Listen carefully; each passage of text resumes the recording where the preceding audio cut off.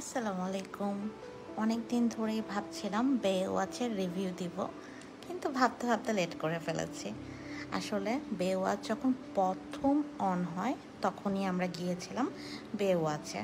গত বছরের ভিডিও আজকে দিচ্ছি, একটু লেট হয়ে গেল, বাট আশা করি আপনারা দেখে পছন্দ করবেন এই ভিডিওটা। সো এখন মেন ভিডিওতে চলে যাওয়া যাক।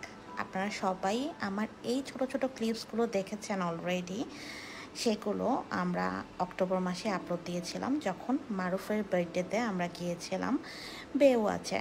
সো তখন বে ওয়াচে একটা অফার চলছিল, সেই অফারেই আমি ঠিক করি আমি মারুফকে সারপ্রাইজ দিব। সো সেজন্য ঢাকা থেকে সরাসরি কক্সবাজার চলে যাই। সো আজকের ব্লগে আমি বে ওয়াচের কোন রুমে ছিলাম, কি কি ফ্যাসিলিটিস ছিল, আর বে ওয়াচ আসলে আমাদের কেমন লেগেছে, এটা অর্থিত কিনা, সব কিছু নিয়ে কথা বলবো। সো আমরা চলে আসছি ঢাকা থেকে কক্সবাজারে, অ্যান্ড আমরা তারপর এটাকে টোটো বলে অথবা কি বলে, এটাকে সিএনজি টাইপের একটা জিনিস যেটা কক্সবাজারে সবাই যায় আর কি, কলাতলি থেকে মেরিন ড্রাইভ। সো আমরা সেখানেই যাচ্ছিলাম, কলাতলি থেকে মেরিন ড্রাইভ যাচ্ছিলাম। আমার খুবই ভালো লাগছিল কারণ এখানের ভিউ আমার খুব বেশি পছন্দ। সো এই রেচু খাল, এখানে একটু জ্যাম পড়ে সবাই জানেন, সেটা ক্রস করে আমরা চলে আসলাম ফাইনালি বে ওয়াচে, যেটা আসলে গত বছর মানে এই ভিডিওটা যখন করি সেটা 2023-এ আমি দেখেছিলাম বে ওয়াচ হচ্ছে, অ্যান্ড এই ভিডিওটা করেছি হলো 2024-এ।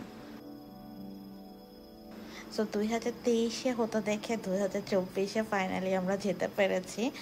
তো আমরা চলে আসছি হলো বে ওয়াচে। এটা কিন্তু দেখেন, এটা শেপটা, এটার একটা শিপের মতো শেপ করা, অ্যান্ড এটা মোস্ট প্রবাবলি একটা আর্মি ওয়েলফেয়ারের আন্ডারে বে ওয়াচটা করা, আমি যদি ভুল না করে থাকি। সো মারুফের কোনো ধারণা ছিল না আমি ওকে কোথায় নিয়ে আসতেছি। এটা টোটালি আমার প্ল্যান ছিল, যেটা মারুফের বার্থডের দিন অক্টোবরের 9 তারিখ বেসিক্যালি আমরা হলো বাসে উঠি, অ্যান্ড 10 তারিখ চলে আসি বে ওয়াচে। সো আমরা এখানে ছোট ছোট করে ক্লিপস নিচ্ছিলাম। বেসিক্যালি আমরা ফার্স্টে লিফটে উঠলাম, অ্যান্ড এরপরে হলো রুমে চলে আসছে। মারুফের কোনো আইডিয়া নাই যে রুম কেমন হবে, অথবা এখানে কস্টিং কেমন, অথবা এখান থেকে কেমন ভিউ দেখা যাবে। সো এই যে ছোট ছোট ক্লিপসগুলো ছিল ওগুলো আমি আপলোড দিয়েছিলাম, সেখানে আপনারা হয়তো দেখেছেন অনেকেই যে মারুফ খুবই এক্সাইটেড ছিল, ও বারবার নিজেকেই বলতেছিল হ্যাপি বার্থডে টু মি।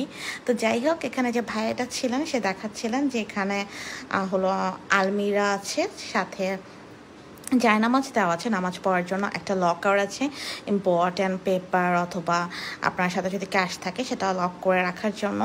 দেন এখানে হলো যাবতীয় যত কিছু অ্যাক্সেসরিজ দরকার সব কিছুই ছিল। দেন উনি আমাদের এখানে বাথরুম প্লাস ওয়াশরুম সেটা দেখাচ্ছিলেন। আর অবশ্যই 5 স্টার হোটেল, তো সব কিছুই অনেক বেশি গ্রেট হবে, এটা স্বাভাবিক, গ্রেট না হলে অস্বাভাবিক হতো। সো এখানে বেড, দেন এখানে চা কফি সব কিছুই আছে। এখানে উনি আসলে টিক চিহ্ন দিয়ে দিচ্ছে যে কোন জিনিসগুলো আমাদের জন্য ফ্রি অ্যান্ড কোন জিনিসগুলো আমরা যদি ইউজ করি সেটা আমাদের হলো কিনে নিতে হবে। সো সেই জিনিসগুলো বুঝিয়ে দিচ্ছিল, সেগুলো আমরা বুঝে নিলাম।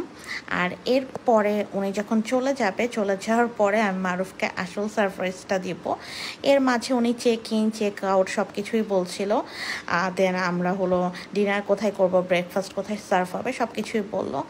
তো এখন নিয়ে যাচ্ছে আসল আকর্ষণে, সেটা হলো ব্যালকনি। হ্যাঁ, এই রুমটার, এই সি ভিউ রুমের সবচেয়ে মেন আকর্ষণটাই হচ্ছে এটার ব্যালকনি। এটার ব্যালকনি থেকে ফুল সি দেখা যায় একদম। এটা বে ওয়াচের একটা premium C view room.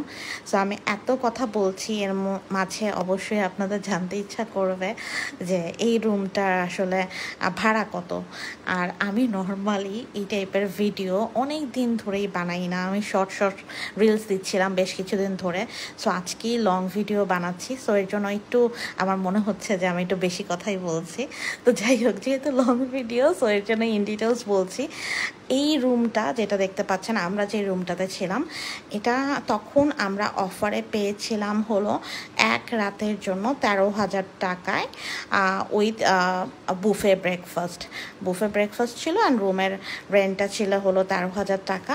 And আমার কাছে খুবই ভালো লেগেছে বেসিক্যালি এই রুমটা, কারণ হলো এটার সি ভিউ রুমটা আসলে অসাধারণ, যেটা আমি জানি না এটা আপনারা ভিডিওতে তেমন একটা বুঝতে পারবেন কিনা।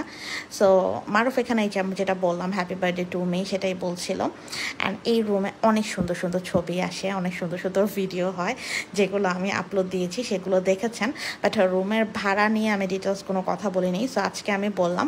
তো আপনারা যদি বে ওয়াচে যান, বে ওয়াচে গেলে আপনারা কিন্তু ওদের যে বে লঞ্চটা আছে, যেটা ওদের হলো প্রাইভেট সি বিচ আছে, সাথে সেখানে বে লঞ্চ আছে, একটা রেস্টুরেন্ট আছে যেখানে লাইভ মিউজিক হয়, সব কিছুর আপনারা এন্ট্রি পেয়ে যাবেন। অ্যান্ড এই বে ওয়াচটার ঠিক পাশেই কিন্তু ডেরা, ওই যে মারো ভিডিও দিয়ে দেখাচ্ছে অনেকজনকে। সো ডেরাতে তো আমি রেগুলারই যাই, আপনারা জানেন। সো ডেরার পাশেই বে ওয়াচ, অ্যান্ড তার পাশে আরেকটা রিসোর্ট আছে, সেটাও আমাদের পরিচিত। সো এই রিসোর্টগুলো আর এই এরিয়াটা আমার খুবই পছন্দ, কারণ এটা একদম কোলাহল মুক্ত একটা এরিয়া। আপনারা যারা এখন কক্সবাজার যেতে চান না, যে অনেক বেশি ভিড় থাকে, প্রাইভেট টাইম স্পেন্ড করতে পারেন না, অথবা সমুদ্রে নামতে যারা হেজিটেট ফিল করেন এত মানুষের মাঝে, তারা অবশ্যই চলে আসবেন হলো মেরিন টাইপের যে রিসোর্টগুলো আছে সেখানে। আপনারা 5 স্টার চাইলে বে ওয়াচে আসতে পারেন। আপনারা যদি 4 স্টার চান, সেক্ষেত্রে 4 স্টার 3 স্টার আসতে পারেন। এখানে অনেক ধরনের কিন্তু রিসোর্ট একসাথে আছে। আর এখন হলো বিকাল টাইমে আমি ড্রেস চেঞ্জ করে ফেলেছি কিছু ছবি তোলার জন্য। আর আমরা শুধু একা যাইনি এই ট্রিপে মনীষা, নীরব, রাইসা আপু, ফাহিম আরও অনেকেই ছিল। সো ওরাও আসবে আমাদের হোটেলে। আমি যেহেতু মারুফকে বার্থডে সারপ্রাইজ দিয়েছিলাম, এই হোটেলটাতে শুধু আমি আর মারুফই ছিলাম, আর অন্য সবাই অন্য হোটেলে ছিল। সো আমাদের একসাথে উঠা হয়নি তখন।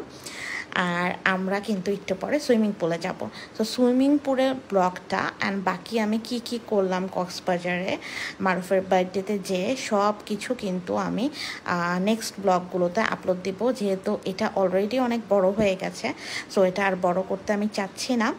আর এখানে কিন্তু ইনফিনিটি সুইমিং পুল ছিল, সাথে জ্যাকুজি ছিল, অ্যান্ড বাচ্চাদের জন্য একটা সুইমিং পুল ছিল।